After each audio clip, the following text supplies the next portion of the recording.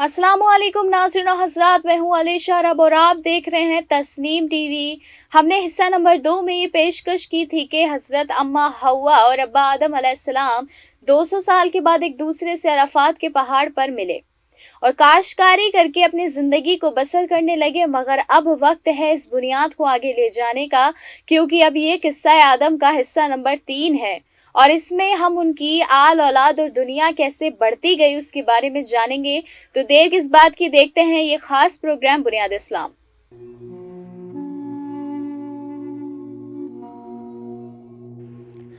हज़रत आदम अलैहिस्सलाम और अम्मा हव्वा मिलकर रहने लगे। दोनों से मिलकर इंसानी नस्ल की शुरुआत हुई। हज़रत अम्मा हव्वा जब भी उम्मीद से होती तब 2 जुड़वा बच्चों की पैदाइश होती, एक लड़का और एक लड़की। वो दोनों जुड़वा बच्चे आपस में बहन भाई होते। जैसे पहले जुड़वा बच्चों में बेटा काबिल पैदा हुआ और उसकी बहन अकलिया भी हुई, फिर दूसरी बार की उम्मीद में हाबिल पैदा हुए और उनकी बहन यहूदा पैदा हुई। अल्लाह के हुक्म के मुताबिक हज़रत आदम अलैहिस्सलाम की शरीयत में यह कानून मौजूद था कि एक पेट की बेटी और बेटे को आपस में शादी करवा दी जाती थी ताकि दुनिया को आगे बढ़ाया जाए। मगर ये कुछ इस तरह से होता था कि पहली बार जब उम्मीद से हुई अम्मा हव्वा यानी प्रेग्नेंट हुई तो एक लड़का और लड़की पैदा हुए। दूसरी बार फिर प्रेग्नेंट हुई तो फिर एक लड़का और लड़की पैदा हुए। तो पहली प्रेगनेंसी का लड़का और दूसरी प्रेगनेंसी की लड़की की आपस में शादी करवा के दुनिया को आगे बढ़ाया गया। फिर उन दोनों के बच्चों को उनके चचा के बच्चों से निकाह करवाया। इससे दुनिया बढ़ती चली गई। हज़रत आदम अलैहिस्सलाम ने इसी कानून के मुताबिक इनकी शादी आपस में करनी चाहिए तो बेटे काबिल ने बाप के हुक्म को नहीं माना। तो हज़रत आदम अलैहिस्सलाम ने इसका ये हल निकाला कि दोनों बेटे कुर्बानी देंगे। जिसकी कुर्बानी कबूल होगी अकलिया का निकाह उससे होगा। उस ज़माने में कुर्बानी का दस्तूर ये माना गया था कि 2 आदमी अगर आपस में लड़ते तो उनको अपनी कुर्बानी पहाड़ पर रखनी होती थी। फिर बिना धुएं की आग आसमान से नाजिल होती और जो सच और हक पर होता उसकी कुर्बानी कबूल कर लेती। इस बात पर जब दोनों भाई तैयार हो गए तो हाबिल ने एक मोटा ताज़ा मेंढा अपने गले में से जुदा किया और काबिल एक टोकरा गेहूं का रखाया। अब ये गौर की बात पेशे नज़र आई है और वो ये है कि कुर्बानी वही है जो बेहद अजीज़ चीज़ हो जिसे आप अल्लाह की राह में कुर्बान कर रहे हों। करते वक्त तो खुद को तसल्लियाँ दे रहे हों और जान रहे हों कि अल्लाह की रज़ा के लिए अपनी कीमती चीज़ को भी खोना पड़े तो नहीं हिचकिचाएंगे। ये अल्लाह की आजमाइश है और यही असल कुर्बानी है। जब दोनों ने कुर्बानी पेश की तो अल्लाह की आसमान से नाजिल हुई उस आग ने हाबिल की कुर्बानी को कबूल कर लिया और इस बात की हसद से काबिल को गुस्सा आ गया और वे ये बोला कि हाबिल मैं तुझे कत्ल कर दूंगा।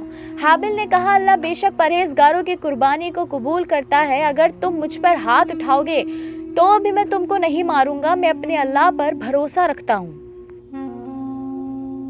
दुनिया का पहले कत्ल का आगाज और हसद की चिंगारी की शुरुआत यहाँ से शुरू हुई है और अब तक जल ही रही है। जबकि 1,24,000 नबियों के दौर गुजर चुके हैं मगर आज तक इसको बुझाना मुश्किल है। बहरहाल देखेंगे आगे क्या हुआ, किसने किसको मारा, आगे दुनिया का आगाज कैसे हुआ इस रिपोर्टाज में। उस वक्त काबिल को हसद ने अपनी आग में ले लिया था और उस पत्थर दिल ने मौका देखकर हाबिल के सर पे पत्थर से वार किया और हाबिल वहीं शहीद हो गए। ये काबिल ने बहुत बड़ा गुनाह किया था। ना हक किसी को कत्ल करना एक अजीम गुनाह है। हाबिल के कत्ल के बाद जब काबिल अपने होश में आया तो परेशान होकर भाई की लाश को उठाकर यहाँ से वहाँ फिरने लगा। उसे समझ नहीं आ रहा था कि वो क्या करे, कैसे इसे दूसरों की नज़रों से छुपाए। फिर अल्लाह के हुक्म से 2 कौवे आए और वो आपस में लड़ने लगे और एक ने दूसरे को मार गिरा दिया तो दूसरे ने ज़मीन खोद कर उसको गाड़ दिया। काबिल इस पूरे वाक़ये को अपनी आंखों से देख चुका था। दिल ही दिल सोच रहा था अफसोस मैं इस कौवे से भी बदकार हूँ कि अपने भाई की लाश को छुपा नहीं सक रहा हूँ। और फिर उसने भी ज़मीन खोदी और भाई की लाश को ढक दिया। काबिल का ये गुनाह अजीम था तो खुदा का हुक्म हुआ कि बतौर सज़ा काबिल को भी कत्ल कर दो। वो वहाँ से भाग गया और यमन पहुँच गया और वहाँ पहुँचकर आग को अपना खुदा बना लिया और उस आग को बनाने वाले को भूल गया। अब उसे जहन्नम से कोई नहीं बचा सकता। हज़रत आदम अलैहिस्सलाम काबे को हज पे जाया करते थे। एक बार अराफात के पहाड़ पर पहुंच गए तो अल्लाह ने उनकी पीठ से कयामत तक पैदा होने वाली तमाम नस्लों की रूहों को, जिसमें से नेक को सीधी तरफ से और बदकार को उल्टी तरफ से खड़ा कर दिया और उन सब से पूछा, अलस्तु बिरब्बुकुम, क्या मैं तुम्हारा परवरदिगार नहीं हूँ? और उन सब ने बोला, बला, यानी हाँ तो हमारा परवरदिगार है। अल्लाह ने इस करार पर फरिश्तों से गवाही ली और उसे हजर अस्वद यानी काले पत्थर में अमानत के बतौर पर रख दिया। इस बात पर मौला अली अलैहिस्सलाम मुर्तज़ा फरमाते हैं कि जो कोई हज पर जाएगा तो हजर अस्वद उसकी गवाही देगा। फिर जब आदम ने अपनी इतनी सारी नस्लों को देखा तो अल्लाह से पूछा, अल्लाह इतने सारे लोग दुनिया में कैसे समा पाएंगे? तो अल्लाह ने बताया कि एक साथ नहीं आएंगी, कुछ जमीन पर होंगी और कुछ मरने के बाद जमीन के अंदर, कुछ बाप की पुश्त में तो कुछ माओ के पेट में होंगी। हजरत आदम अलैहिस्सलाम जब उस वक्त अर्ज कर रहे थे तब हजरत आदम की सीधी तरफ एक हसीन नौजवान रो रहा था। जब हजरत आदम अलैहिस्सलाम की नजर उस पर पड़ी तो आपने पूछा, जिब्रील कि ये कौन है? तो जिब्रील ने बताया कि तुम्हारी नस्ल का एक नौजवान है जो तुम्हारे जैसे अल्लाह का पैगंबर है, इसका नाम दाऊद है, वो एक छोटी सी खता के लिए रो रहा है। यहाँ हजरत दाऊद अलैहिस्सलाम का भी जिक्र मौजूद है जो कि रो रहे हैं एक खता के लिए। आखिर क्या थी वो खता और इसके बाद क्या वाकया पेश आया होगा? हजरत आदम की वफात का वाकया किस तरह से पेश हुआ होगा? ये सब कुछ और उनके बाद उनके दूसरे नबी कौन रहे होंगे, देखते हैं इस प्रोग्राम में। फिर जब हजरत आदम अलैहिस्सलाम ने पूछा कि आपकी उम्र क्या है तो बताया 60 साल। फिर ये सुनकर हजरत आदम अलैहिस्सलाम ने काबे की तरफ रुख करके दुआ की कि या अल्लाह, तूने मेरी उम्र 1000 साल मुकर्रर की है, मेरी इस उम्र में से तू 40 साल इसको अता कर दे।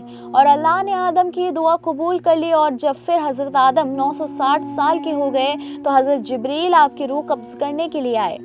तो आदम ने अपनी वो दुआ याद न रही और बोले कि अभी तो 40 साल बाकी है मेरी उम्र के। तो उन्होंने याद दिलाया कि 40 साल तो आपने अपने वादे के बतौर हजरत दाऊद को देने चाहे थे।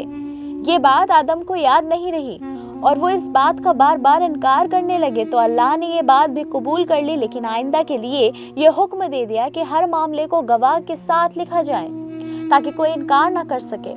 फिर हजरत आदम बीमार हुए और उनको जन्नत के फल खाने की ख्वाहिश हुई। औलाद से कहा कि वो इसे हासिल कर ले। तो देखा बाहर जाकर औलाद ने कि जिब्रील और बाकी फरिश्ते कफन और खुशबू के साथ जन्नत से आ रहे हैं।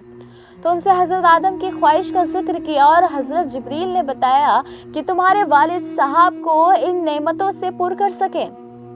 फिर हजरत आदम अलैहिस्सलाम ने अपने बच्चों और बीवी को हुक्म दिया, तुम यहाँ से जाओ, मुझे इन फरिश्तों पर छोड़ दो। तब हजरत आदम अलैहिस्सलाम अल्लाह से दुआ में मशगूल हो गए ताकि फरिश्ते उनकी रूह को कब्ज कर सकें, और ऐसा हुआ। फिर हजरत आदम अलैहिस्सलाम की नमाज जनाजा हजरत शीज ने पढ़ाई जो उनको जिब्रील ने बतौर तरीका बताई और हजरत आदम को दफन कर दिया गया। क़यामत तक यही रस्म और रिवाज कायम रहेगा आदम की तमाम औलादों पर।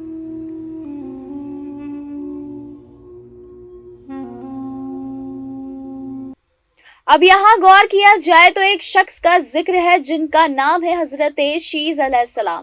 तो अब ये सवाल है कि हजरत शीज दूसरे नबी थे और वो थे आदम के बेटे, कोई शक नहीं है, मगर कैसे थे जानेंगे उनके बारे में इस प्रोग्राम में।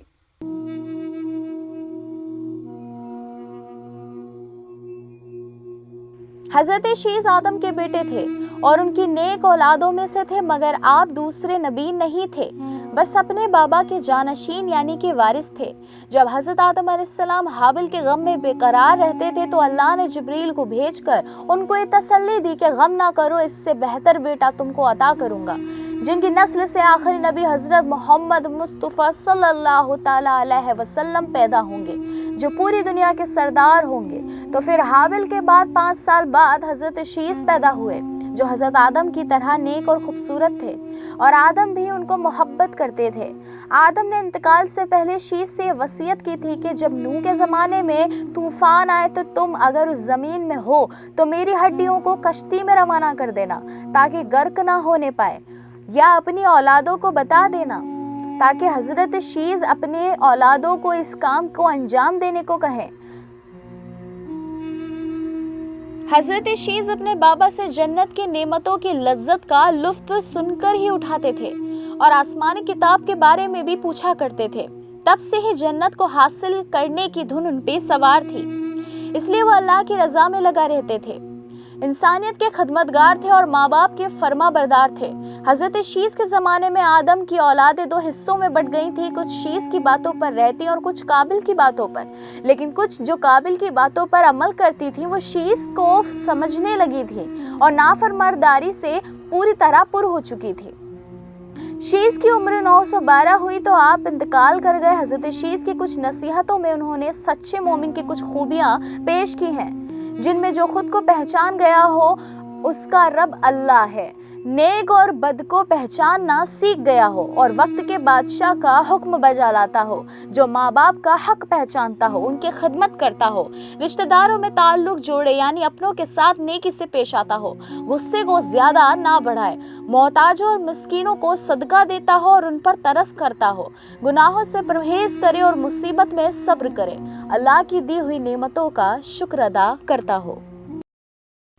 आज हजरत आदम अलैहिस्सलाम का किस्सा मुकम्मल हो गया है। अब हम आगे आपको रूबरू करेंगे इस्लाम के दूसरे पैगंबर की और उनकी जिंदगी के सवाना से। फिलहाल के लिए देखिए तस्नीम टीवी का ये खास प्रोग्राम बुनियाद इस्लाम। अल्लाह हाफिज।